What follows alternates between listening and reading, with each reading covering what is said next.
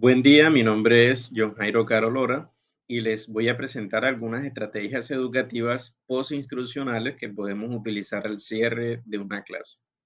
Pero veamos primero qué son.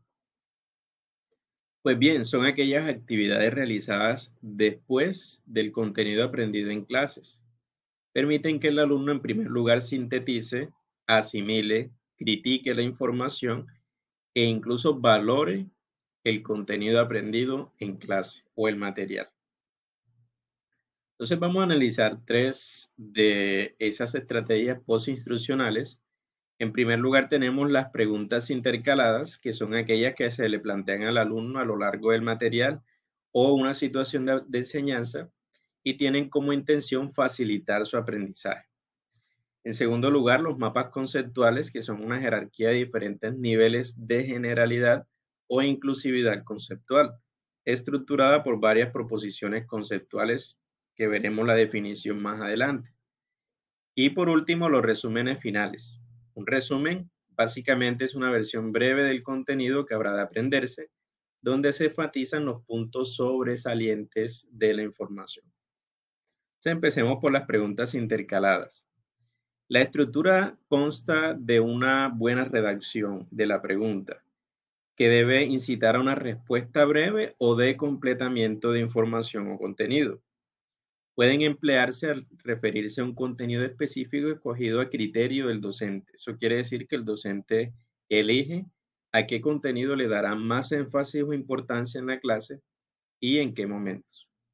La pregunta debe diseñarse para responder un qué, cómo, cuándo, por qué, quién, dónde, cuánto o para qué. El modo de emplear las preguntas intercaladas debe alentar a que se haga un esfuerzo por ir más allá, al punto de inferir sobre la información, utilizar cuando se trabaja con textos extensos que incluyen mucha información conceptual, determinar también el número de preguntas que se realizarán y la ubicación, eh, espacio-tiempo en la clase, y también disponer de un espacio después de cada pregunta para escribir lo que los alumnos escriban las respuestas. Por último, retroalimentar la información obtenida con las preguntas. Un ejemplo de ello lo tenemos aquí en la pregunta B y C. La pregunta B se puede observar que requiere de aprendizaje significativo, donde el alumno comprenda y parafrasee la información. En la pregunta C, requiere que el alumno haga una inferencia y conozca el significado de un término específico que se encuentra en la pregunta, en este caso es el colonialismo. Pasamos al segundo punto, que son los mapas conceptuales. Y tenemos que la estructura básicamente está conformada por conceptos, palabras de enlace y proposiciones. ¿Qué es una proposición? Una proposición es la unión de dos conceptos unidos por una palabra de enlace. Eso es todo. El modo de empleo requiere de una jerarquización o inclusividad. Quiere decir que la información o los temas van a ir de lo más general a lo más específico.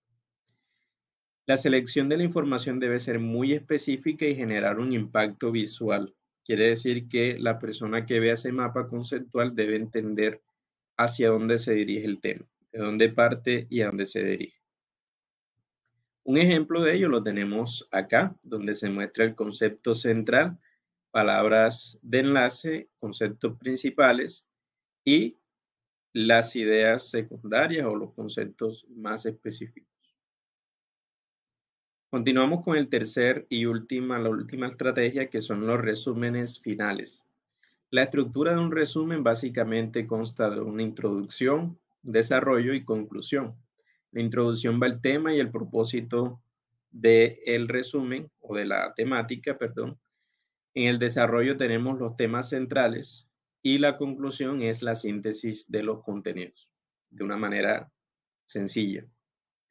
El modo de empleo, primero se debe analizar el título de la temática, colocar el título, identificar las palabras claves o la terminología que se quiere recordar, que es la más importante, realizar una lectura rápida del contenido, identificar la estructura u organización del contenido y también identificar las ideas principales y secundarias del contenido para de esa manera establecer un buen resumen de manera corta.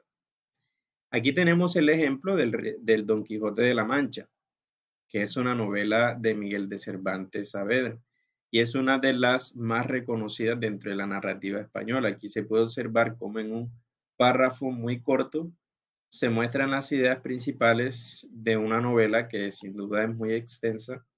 Entonces, aquí tenemos un ejemplo muy importante de lo que es el resumen. Y eso ha sido todo. Muchas gracias por su atención a esta presentación. Tenemos las referencias y muchas gracias. Que tengan buen día.